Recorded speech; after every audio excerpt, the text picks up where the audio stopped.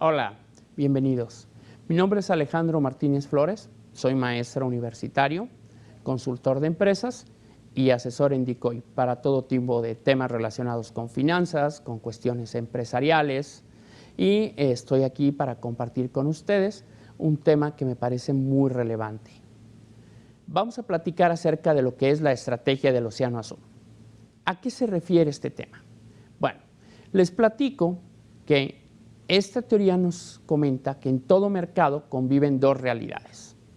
Tenemos por un lado, que es donde comúnmente nos encontramos, lo que se llaman océanos rojos. Esto de océano rojo no es casualidad, se refiere al color de la sangre, a la lucha encarnizada que hacemos por los mercados, más en este mundo actual globalizado, donde no solo competimos entre nosotros, sino frecuentemente con productos, con bienes y servicios que llegan de otras latitudes del mundo. Un océano rojo va a representar entonces todos los sectores de la actividad existentes en la actualidad. Por otro lado, un océano azul, que es el corazón de esta teoría, va a representar a todos los sectores de actividades que no existen actualmente, que no están siendo explotados, que todavía no se descubren o que nadie les ha encontrado la forma de sacarles un beneficio. Entonces vamos a platicar un poquito más a fondo acerca de lo que es esta teoría. Primero que nada tenemos que platicar que de acuerdo al escenario en el que nos encontremos va a ser la forma en la que actuemos. La gente que acostumbra a vivir en océanos rojos, que como insisto somos la mayoría de nosotros, piensa normalmente en competir en un espacio de mercado existente. Los límites de mi mercado vienen de aquí para acá. En este espacio se va a enfocar mi producto, mi bien, mi servicio que yo ofrezco, y dentro de esta arena, dentro de este segmento, voy a tratar de derrotar a mi competencia.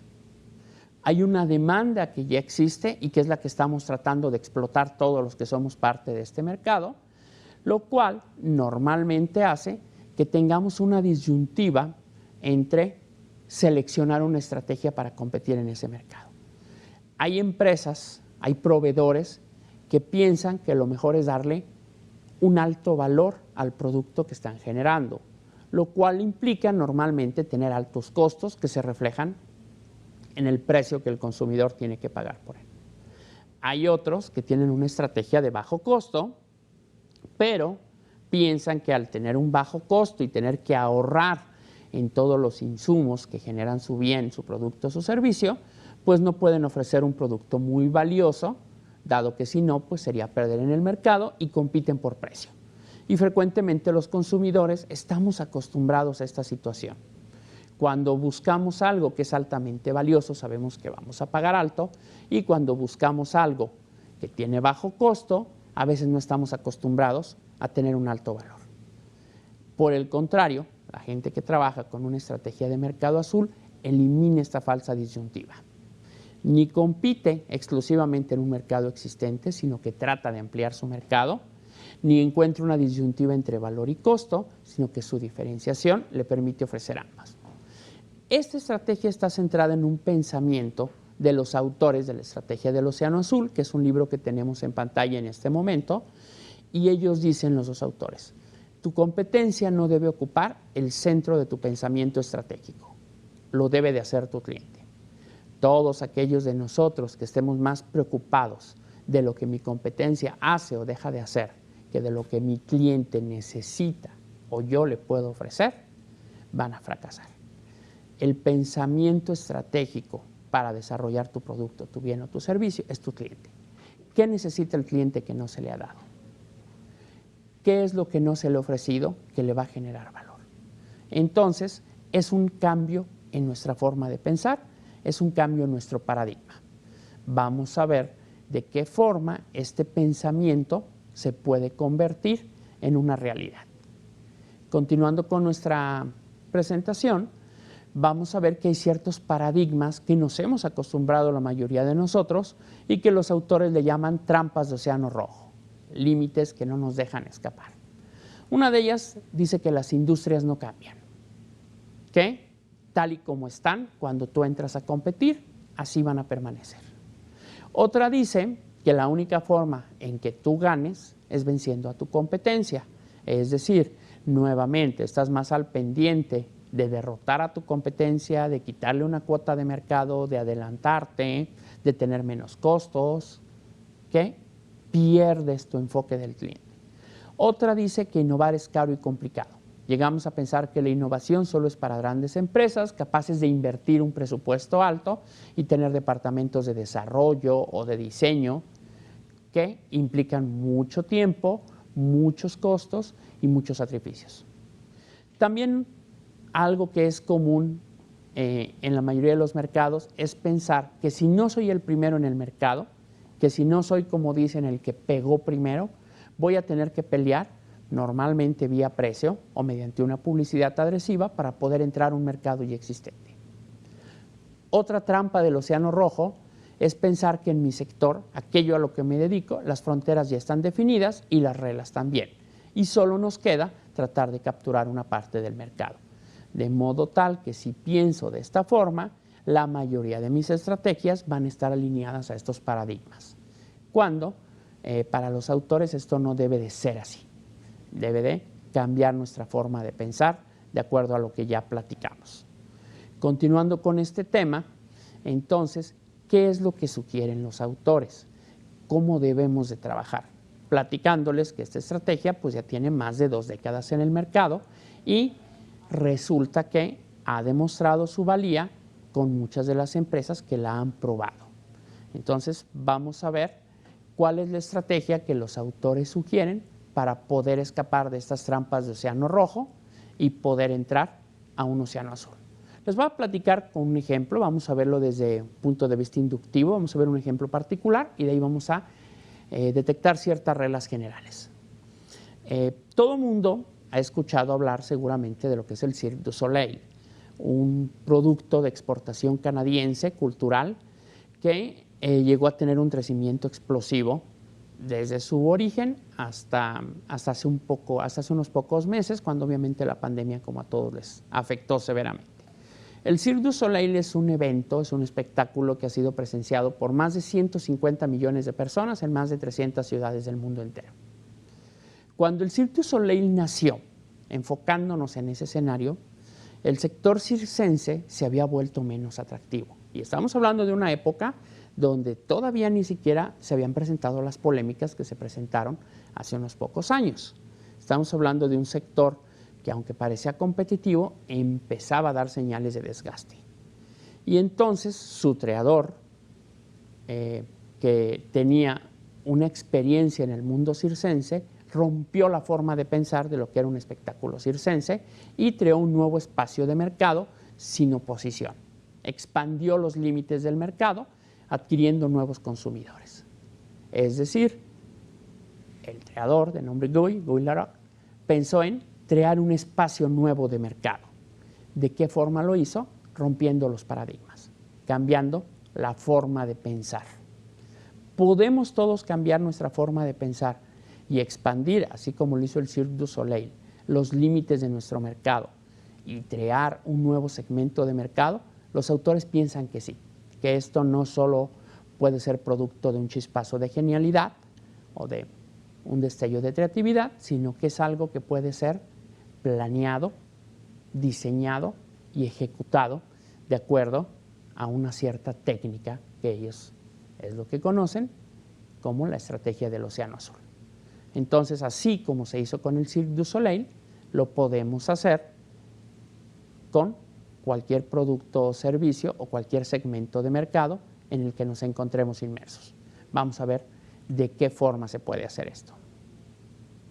La innovación en valor tiene un principio muy básico que dice: mi enfoque estratégico debe ser crear un gran salto en valor. Ojo, no es una pequeña mejora o un incremento moderado en el servicio o en el producto o en el bien. Debe ser un gran salto en valor para mis clientes, pero más interesante, para mis no clientes. Y ahorita vamos a especificar más de este concepto que me permita abrir un espacio de mercado nuevo e inexplorado.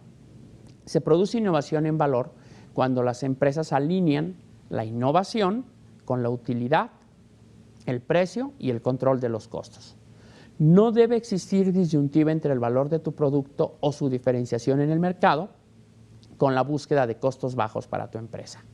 Es falsa esta disyuntiva donde cada vez que genero innovación voy a incrementar mis costos o que un producto valioso forzosamente debe ser caro.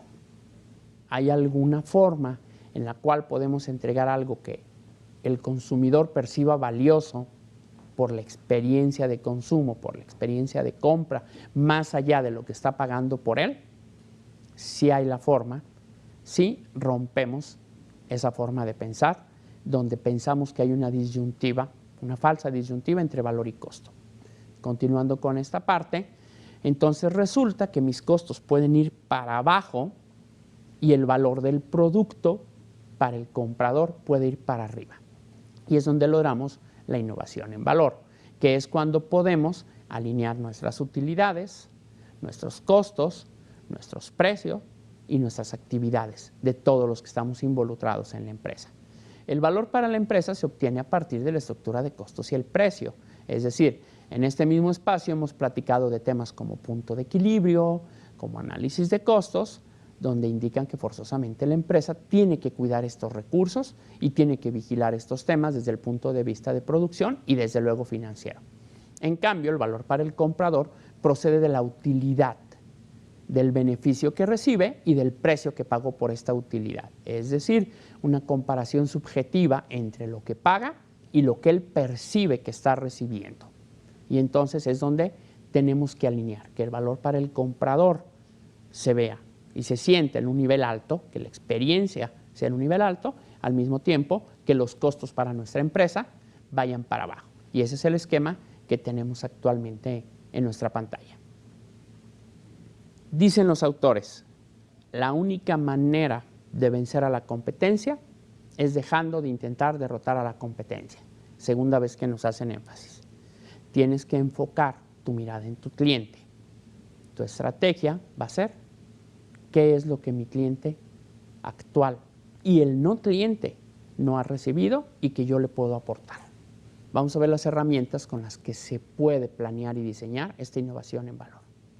Platicamos entonces de una primera herramienta que le vamos a llamar el cuadro estratégico y que es relativamente sencilla de llevar a cabo por el empresario con su equipo de trabajo dentro de la propia empresa. Esta va a ser una herramienta de diagnóstico. No podemos crecer si no sabemos cuál es nuestra situación actual. Entonces va a ser una herramienta de diagnóstico de dónde estamos y dónde quisiéramos estar.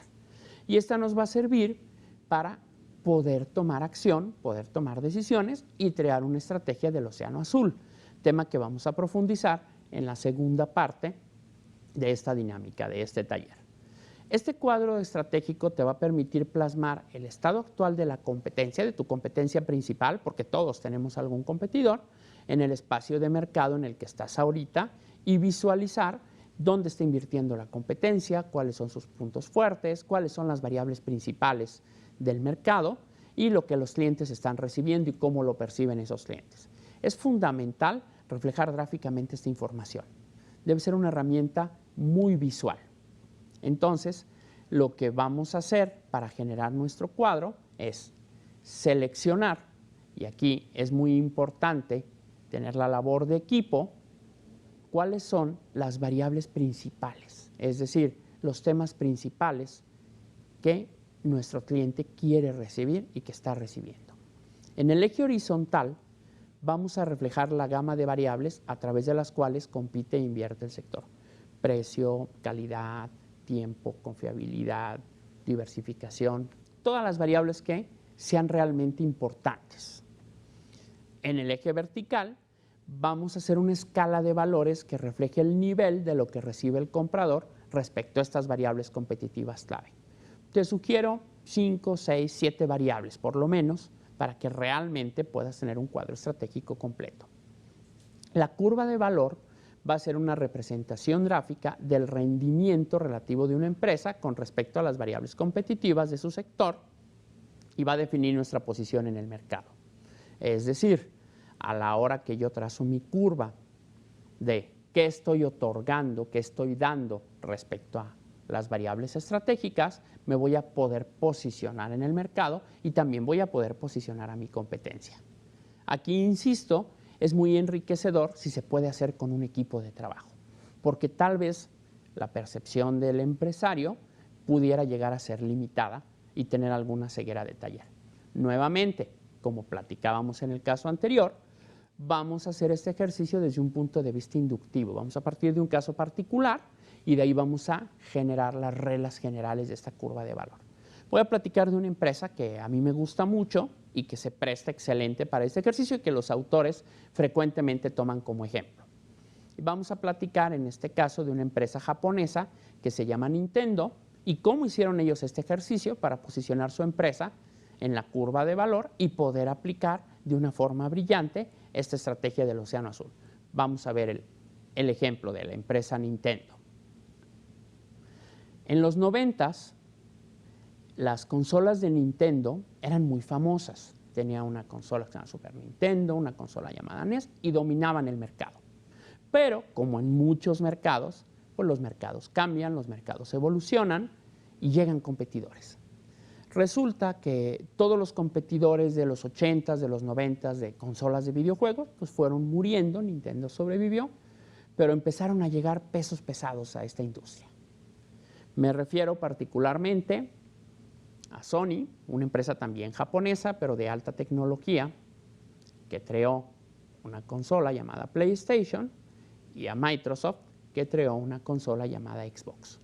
Cuando a mediados del 2005, 2006, estas consolas empiezan a entrar con fuerza, parecía que Nintendo, igual que muchos competidores que desaparecieron o que evolucionaron por completo y dejaron las consolas, iba a desaparecer. Pero Nintendo tenía otra idea. Nintendo creía que podía competir con estos pesos completos.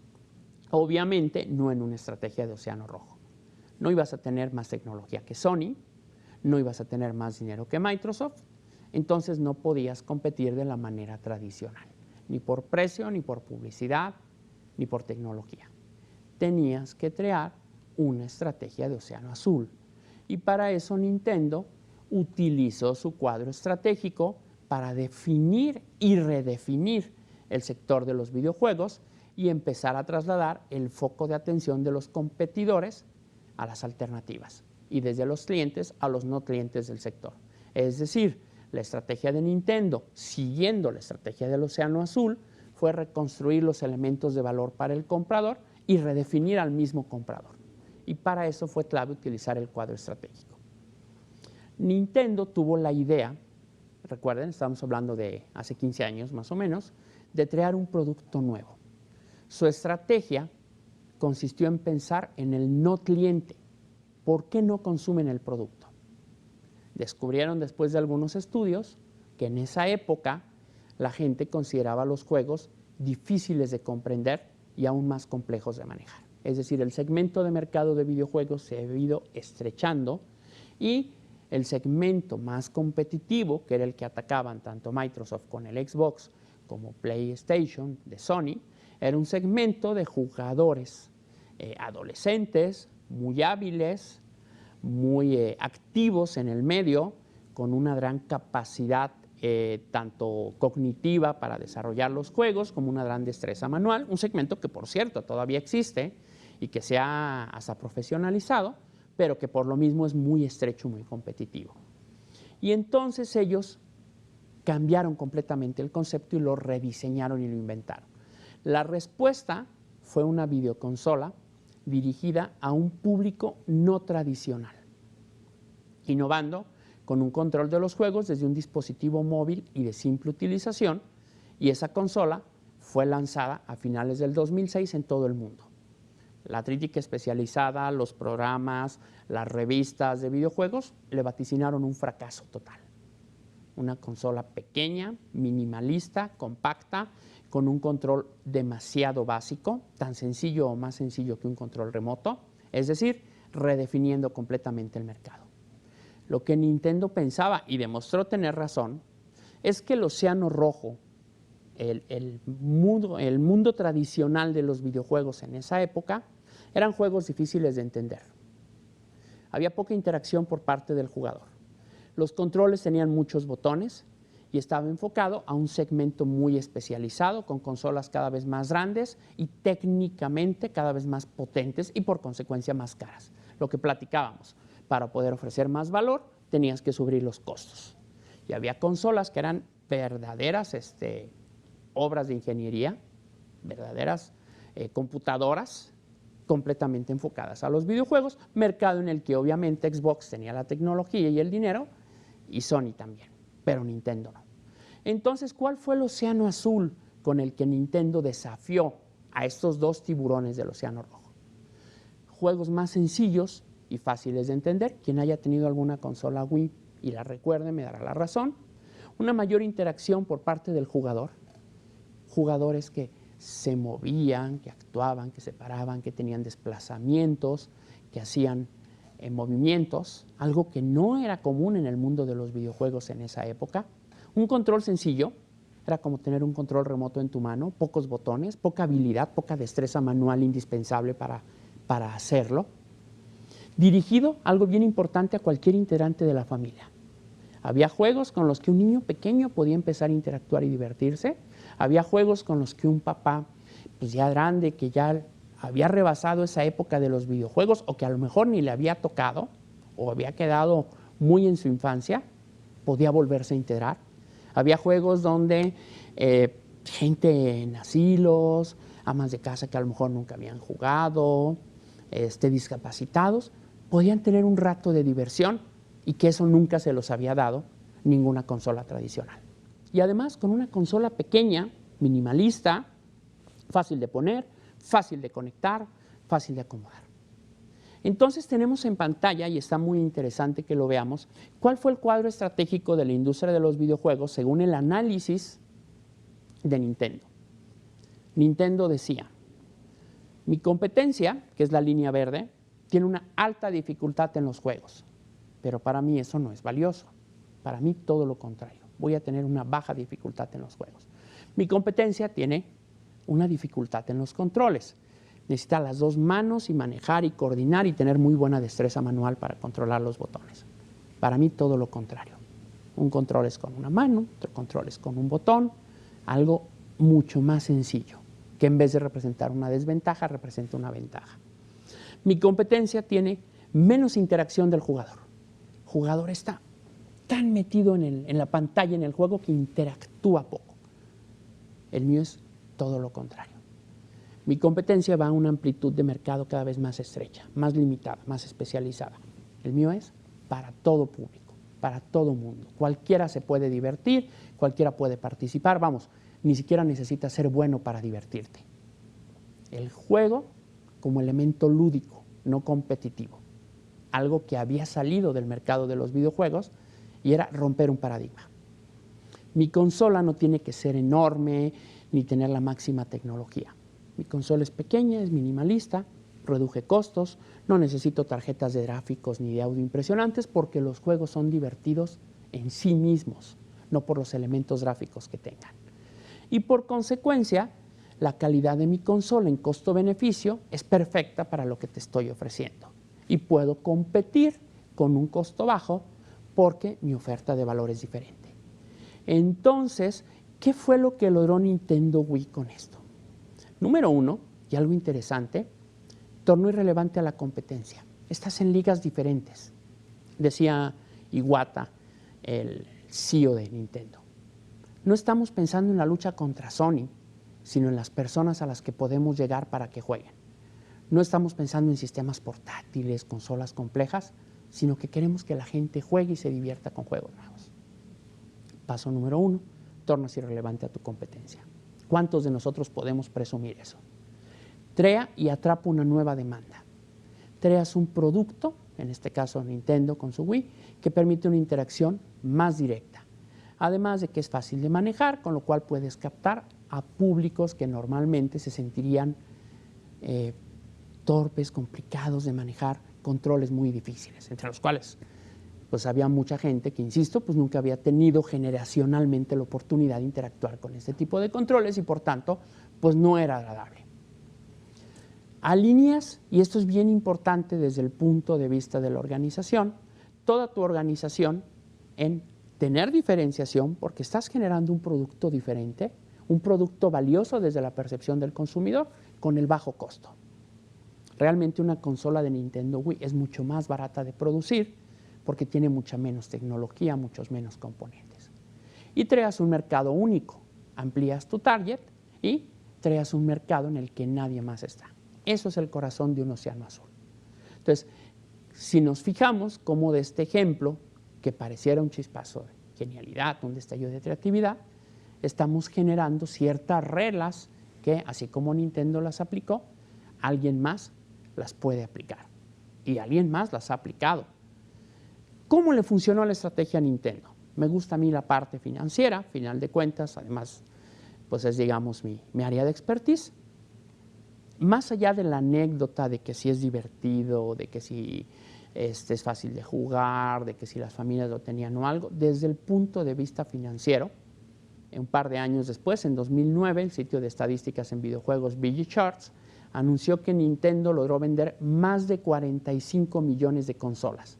Para que se den una idea comparativamente hablando, Xbox 360 había vendido para ese tiempo 20 millones de su Xbox 360 y 15 millones de PlayStation 3.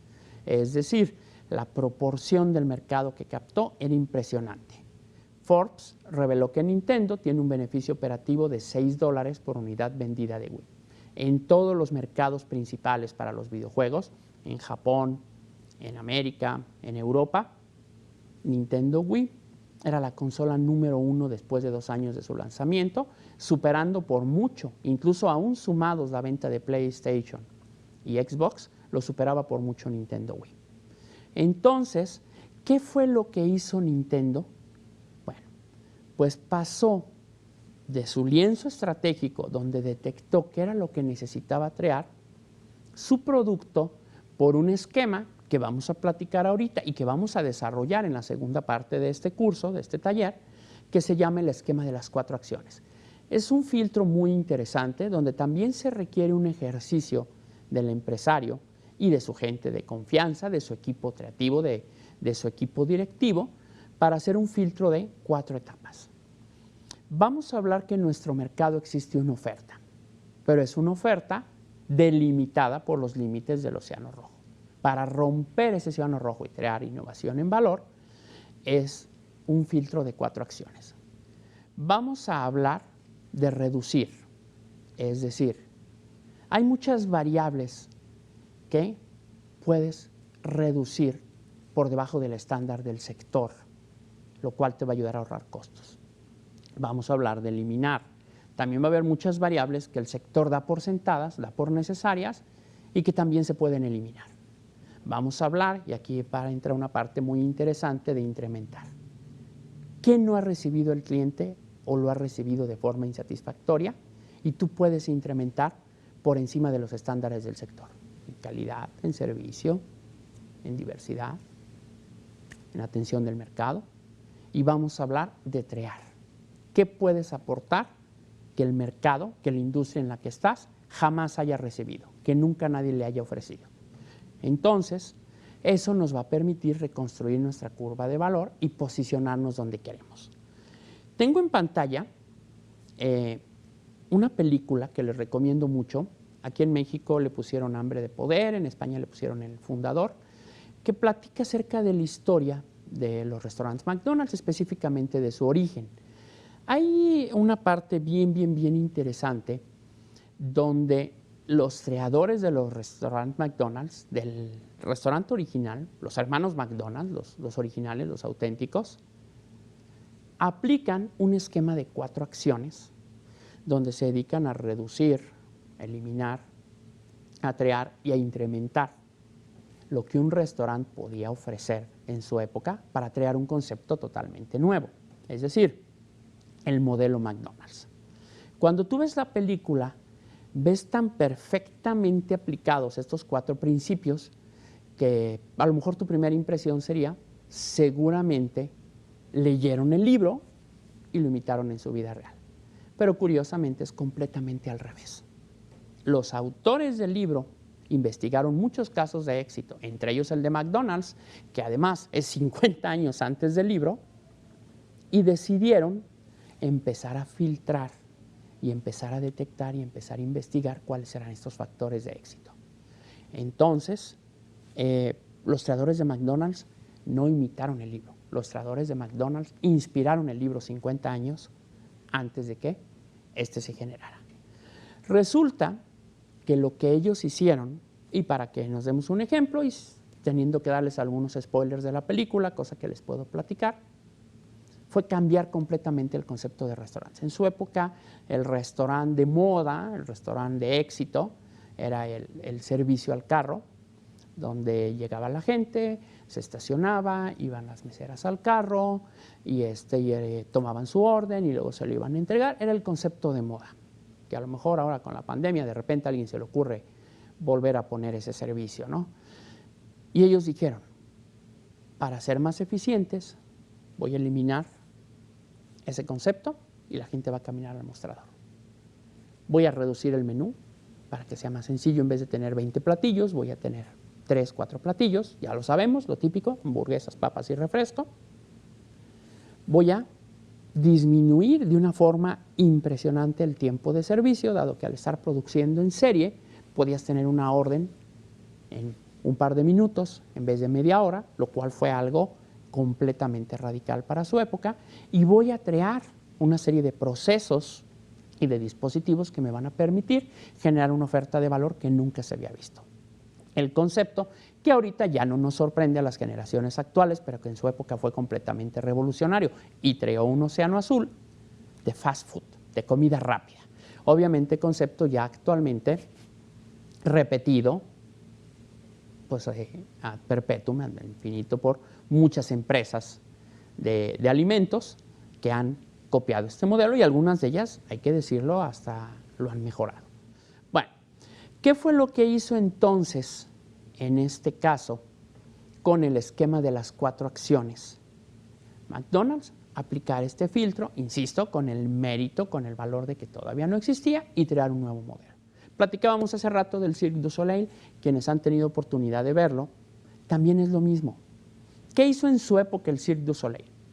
Eliminó los espectáculos con animales, mucho antes de la polémica que existió años después, eliminó las estrellas, que eran caras, redujo la comicidad, el suspenso, el peligro, incrementó, por el contrario, los escenarios, los shows, la producción, el maquillaje y creó un concepto nuevo. Tema, música, danza artística, teatro. Mucha gente que no iba al circo, no porque no pudiera pagarlo, sino porque culturalmente no le parecía una oferta de valor, empezó a asistir al Cirque du Soleil porque era un mercado completamente nuevo y diferente.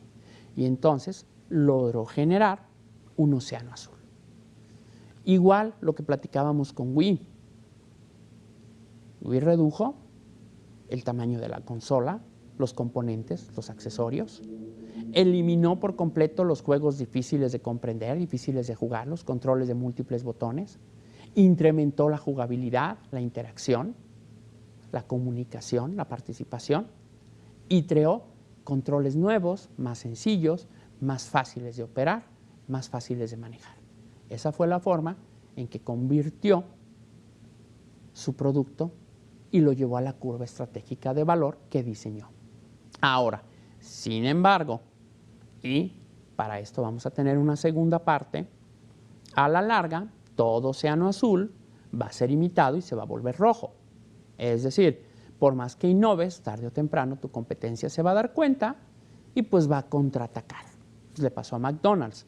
McDonald's, aunque es un caso de éxito y fue el primer restaurante fast food del mundo, posteriormente fue imitado e incluso hasta superado.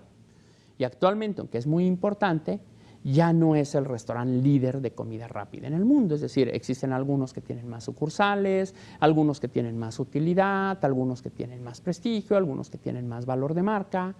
O sea, fue imitado, el mercado del fast food se volvió un océano rojo y entonces, dicen los autores, el proceso de renovación es clave. No te duermas en tus laureles, diríamos en México.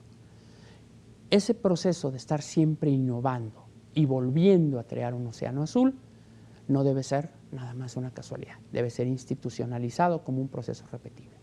Creo un océano azul, lo disfruto, genero beneficios, gano de él, pero tarde o temprano tendré que crear otro océano azul.